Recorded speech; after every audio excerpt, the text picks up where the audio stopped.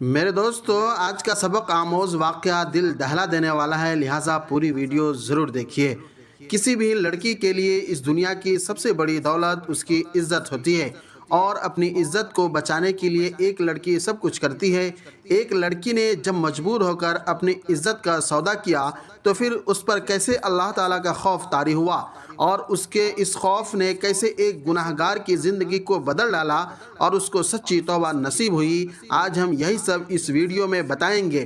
میرے دوستو، حضرت عبداللہ بن عمر رضی اللہ تعالیٰ عنہ فرماتے ہیں کہ میں نے رسول اللہ صلی اللہ علیہ وسلم سے کئی بار سنا۔ آپ صلی اللہ علیہ وسلم فرماتے ہیں کہ بنی اسرائیل میں کفل نامی ایک شخص تھا جو ہمیشہ رات دن برائی میں پھنسا رہتا۔ کوئی سیاہ کاری ایسی نہ تھی جو اس نے چھوڑی نہ ہو، نفس کی ایسی کوئی خواہش نہ تھی جو اس نے پوری نہ کی ہو۔ ایک مرتبہ اس نے ایک عورت کو 60 دینار دے کر بدکاری کے لیے آمادہ کیا۔ جب وہ تنہائی میں اپنے برے کام کے ارادے پر تیار ہوا تو ایک نیک بخت عورت خوف سے تھرانے لگی۔ اس کی آنکھوں سے آنسوؤں کی جھڑیاں لگ جاتی، چہرے کا رنگ فک پڑ جاتا، رونگٹے کھڑے ہو جاتے، کلیجہ اچھلنے لگتا۔ کفل حیران ہو کر پوچھتا کہ اس ڈر، خوف، دہشت اور وحشت کی کیا وجہ ہے؟ پاک باطن، شریف و نفس باعزت لڑکی اپنی تھرائی ہوئی آواز میں جواب دیتی، مجھے اللہ کے عذابوں کا خیال ہے۔ اس کام کو ہمارے پیدا کرنے والے اللہ نے حرام کیا ہے۔ یہ فعل بد ہے جو ہمارے مالک و ذوالجلال کے سامنے ذلیل اور رسوا کر دے گا۔ واللہ میں نے کبھی بھی اللہ کی نافرمانی پر جرأت نہ کی۔ ہے حاجت اور فقر و فاقہ نے اور ہمیں کم صبری نے یہ دن دکھا دیا ہے جس کی میں بندی ہوں۔ وہ رب تعالیٰ ہمیں دیکھ رہے ہیں اور میں آج اس کی نافرمانی کر رہی ہوں اور اس نافرمانی کرنے پر آمادہ ہو گئی ہوں، اور اپنی عصمت بیچنے اور اچھوت داموں پر دھبا لگانے کے لیے میں تیار ہو گئی ہوں۔ لیکن اے کفل، اللہ کا خوف مجھے ڈرائے جا رہا ہے، اس کے عذابوں کا کھٹکا کانٹے کی طرح کھٹک رہا ہے۔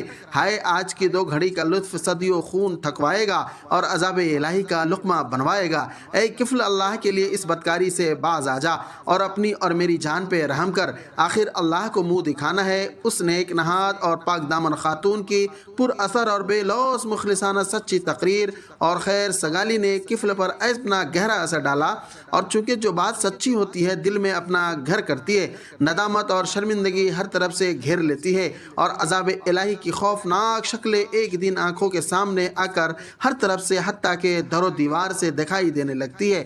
جسم بے جان ہو جاتا ہے، قدم بھاری ہو جاتے ہیں، دل تھرا جاتا ہے۔ سو ایسا ہی کفل کو معلوم ہوا۔ وہ اپنے انجام پر غور کر کے اپنی سیاہ کاریاں یاد کر کے رو دیا۔ وہ کہنے لگا، اے پاک باز عورت، تو محض ایک گناہ وہ بھی نہ کردہ، اس پر اس قدر اللہ سے لرزی ہے۔ ہائے، میری تو ساری عمر بدکاریوں اور سیاہ کاریوں میں بسر ہو گئی۔ میں نے اپنے منہ کی طرح اعمال نامے کو بھی سیاہ کر دیا، خوف الہی کبھی پاس بھی نہ بھٹکنے دیا، عذاب الہی کی کبھی بھولے سے بھی پرواہ نہ کی۔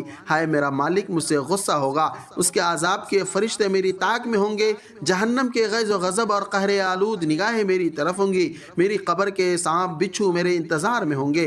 مجھے تو تیری نسبت زیادہ ڈرنا چاہیے، نہ جانے میدان محشر میں میرا کیا حال ہوگا۔ اے عورت، گواہ رہنا، میں آج سے تیرے سامنے سچے دل سے توبہ کرتا ہوں کہ آئندہ رب کی ناراضگی کا کوئی کام نہ کروں گا، اللہ کی ناراضگیوں کے پاس نہ بھٹکوں گا۔ میں نے وہ رقم تمہیں اللہ کے واسطے دی اور میں اپنے ناپاک ارادے سے ہمیشہ کے لیے باز آیا۔ پھر کفل اللہ تعالیٰ کے حضور توبہ و استغفار کرتا رہا اور رو رو کر اعمال کے سیاہی دھوتا رہا، دامن امید پھیلا کے دست دعا دراز کرتا رہا کہ یا الہی، میری سرکشی سے درگزر فرما، میرے گناہوں سے چشم پوشی فرما، مجھے اپنے عذابوں سے آزاد فرما۔ حضور صلی اللہ علیہ وسلم فرماتے ہیں کہ اسی طرح اس کا انتقال ہو گیا۔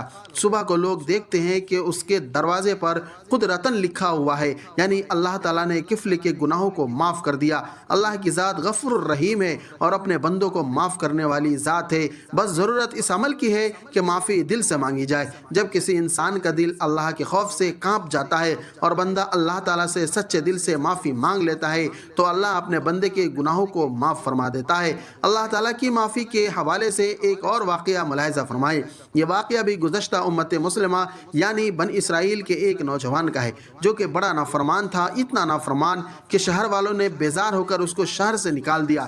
چلتے چلتے وہ ایک ویرانے میں جا پہنچا۔ حالات کی تنگی اس پر آ پڑی، کھانا پینا ختم ہو گیا، پھر بیماری نے آ لیا، یہاں تک کہ مرض الموت میں گرفتار ہوا۔ ایسے میں اس نے اللہ کو پکارا، اے وہ ذات جو معاف کرے تو گھٹتا نہیں اور عذاب دے تو بڑھتا نہیں۔ اے اللہ، اگر مجھے معاف کرنے سے تیرے ملک میں کوئی کمی آتی ہے یا مجھے عذاب دینے سے تیری عظمت میں اضافہ ہوتا ہے تو پھر میرا کوئی زوال نہیں۔ اے میرے رب، ساری عمر تیری نافرمانی میں کٹ گئی، آج تک کوئی اچھا کام نہیں کیا۔ اے میرے رب، میرا آج کوئی سنگی ساتھی نہیں رہا، میرا آج تیرے سوا کوئی سہارا نہیں، سب ناتے رشتے ٹوٹ گئے، آج میرے رشتے داروں نے میرا ساتھ چھوڑ دیا، تو مجھے اکیلا نہ چھوڑ، تو مجھے معاف کر دے۔ اے میرے رب، مجھے معاف فرما دے کہ میں نے تیرے بارے میں سنا ہے کہ تو غفور الرحیم ہے۔ اس حال میں اس کی جان نکل گئی۔ موسیٰ علیہ السلام پر وحی نازل ہوئی، اے موسیٰ، میرا ایک دوست فلاں جنگل میں مر گیا ہے، اس کے غسل کا انتظام کرو، اس کا جنازہ پڑھو اور لوگوں میں یہ اعلان کر دو، آج جو شخص اس کا جنازہ پڑھے گا اس کی بخشش کر دی جائے گی۔ چنانچہ موسیٰ علیہ السلام نے اعلان کروا دیا۔ لوگ بھاگے بھاگے جنگل کی طرف کہ دیکھیں کون اللہ کا دوست مر گیا ہے۔ وہاں پہنچے تو دیکھا کہ وہی شخص ہے جسے لوگوں نے شہر سے نکال دیا تھا۔ وہ موسیٰ علیہ السلام سے کہنے لگے، اے موسیٰ، یہ تو بہت گناہگار شخص تھا، آپ کہہ رہے ہیں کہ اللہ کا دوست ہے۔ موسیٰ علیہ السلام نے اللہ سے دریافت کیا، اے اللہ، یہ گناہگار شخص تھا، آخر اس میں ایسی کون سی بات تھی کہ یہ تیرا دوست بن گیا؟ اللہ نے فرمایا، اے موسیٰ، یہ واقعی ایسا ہی تھا جیسا آپ لوگ کہہ رہے ہیں۔ میں نے اسے دیکھا کہ یہ ذلیل ہو کر، فقیر ہو کر تنہائی میں مر رہا ہے، آج اس کا کوئی دوست یار نہیں، کوئی اس کی پکار سننے والا نہیں، پھر اس نے مجھے پکارا۔ تم ہی بتاؤ کہ کیا میری غیرت یہ گوارا کر سکتی تھی کہ میں بھی اس کی پکار نہ سنوں؟ سبحان اللہ، یہ ہے شان رب کائنات اور اس کی صفت کریمی۔ وہ اپنے بندوں کے گناہوں کے باوجود بھی ان کو معاف فرما دیتا ہے اور ان کے گناہوں کو دھو کر ان کو اپنا دوست بنا لیتا ہے۔ کوئی اس سچے دل کے ساتھ پکار کر تو دیکھے، کوئی اس کی جانب رجوع کر کے تو دیکھے، لیکن افسوس کہ آج کا انسان غفلت میں ڈوبا ہے۔ اللہ سے دعا ہے کہ اللہ ہمیں بھی سچی توبہ نصیب کرے اور ہمیں بھی اپنا ضرب نصیب فرمائے۔ میرے دوستو، آج کے لیے بس اتنا ہی۔